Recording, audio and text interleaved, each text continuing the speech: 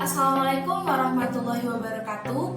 Sebelumnya, perkenalkan nama saya Umi Masyamah dari kelas Sosiologi Genap Indralaya Fisip Unsri 2020. Nah, pada kesempatan kali ini saya akan membahas materi mengenai pengertian sistem politik. Apa sih pengertian sistem politik? Yuk kita bahas bareng-bareng.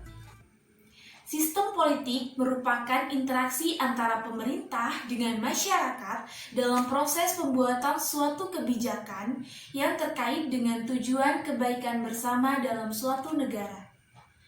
Setiap negara di dunia menganut sistem politik yang bermacam-macam. Hal ini disesuaikan dengan kesepakatan di negara tersebut. Adapun menurut buku yang berjudul Sistem Politik Indonesia karya Andi Muh dan Zul Fadli mengatakan bahwa sistem politik merupakan konsep yang terbentuk dari kata sistem dan kata politik. Sistem dapat diartikan sebagai suatu bentuk satuan yang terdiri dari berbagai unsur atau elemen.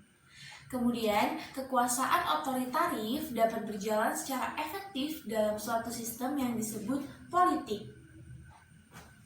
Maka, sistem politik adalah salah satu sistem dari berbagai sistem yang ada dalam masyarakat seperti sistem ekonomi, sistem budaya, sistem sosial, ataupun sistem hukum. David Easton adalah tokoh yang pertama kali mengenalkan istilah sistem politik. Beliau merupakan guru besar ilmu politik yang menganalisis kehidupan dan tingkah laku politik dengan menggunakan sistem.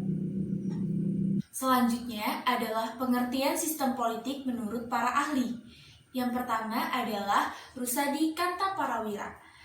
Beliau menyebutkan bahwa sistem politik adalah mekanisme atau cara kerja seperangkat fungsi atau peranan dalam struktur politik yang saling berhubungan satu sama lain dan menunjukkan proses yang langgeng. Selanjutnya, jika menurut Miriam Budiarjo, sistem politik pada dasarnya dipakai untuk keperluan analisis.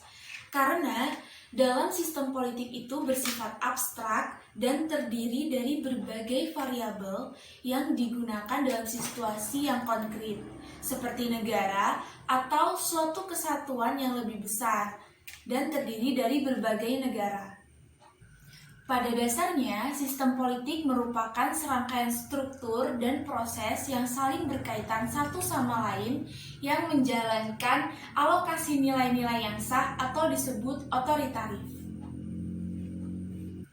Melalui studi politik dapat dipahami bagaimana keputusan-keputusan yang sah itu dibuat dan dilaksanakan dalam masyarakat. Karena pada hakikatnya, keputusan-keputusan yang sah dan ada hari ini itu merupakan hasil dari proses politik dalam sebuah negara. Dan secara eksplisit, keputusan-keputusan tersebut disebut dengan kebijakan. Oke, baiklah, mungkin hanya itu yang bisa saya sampaikan.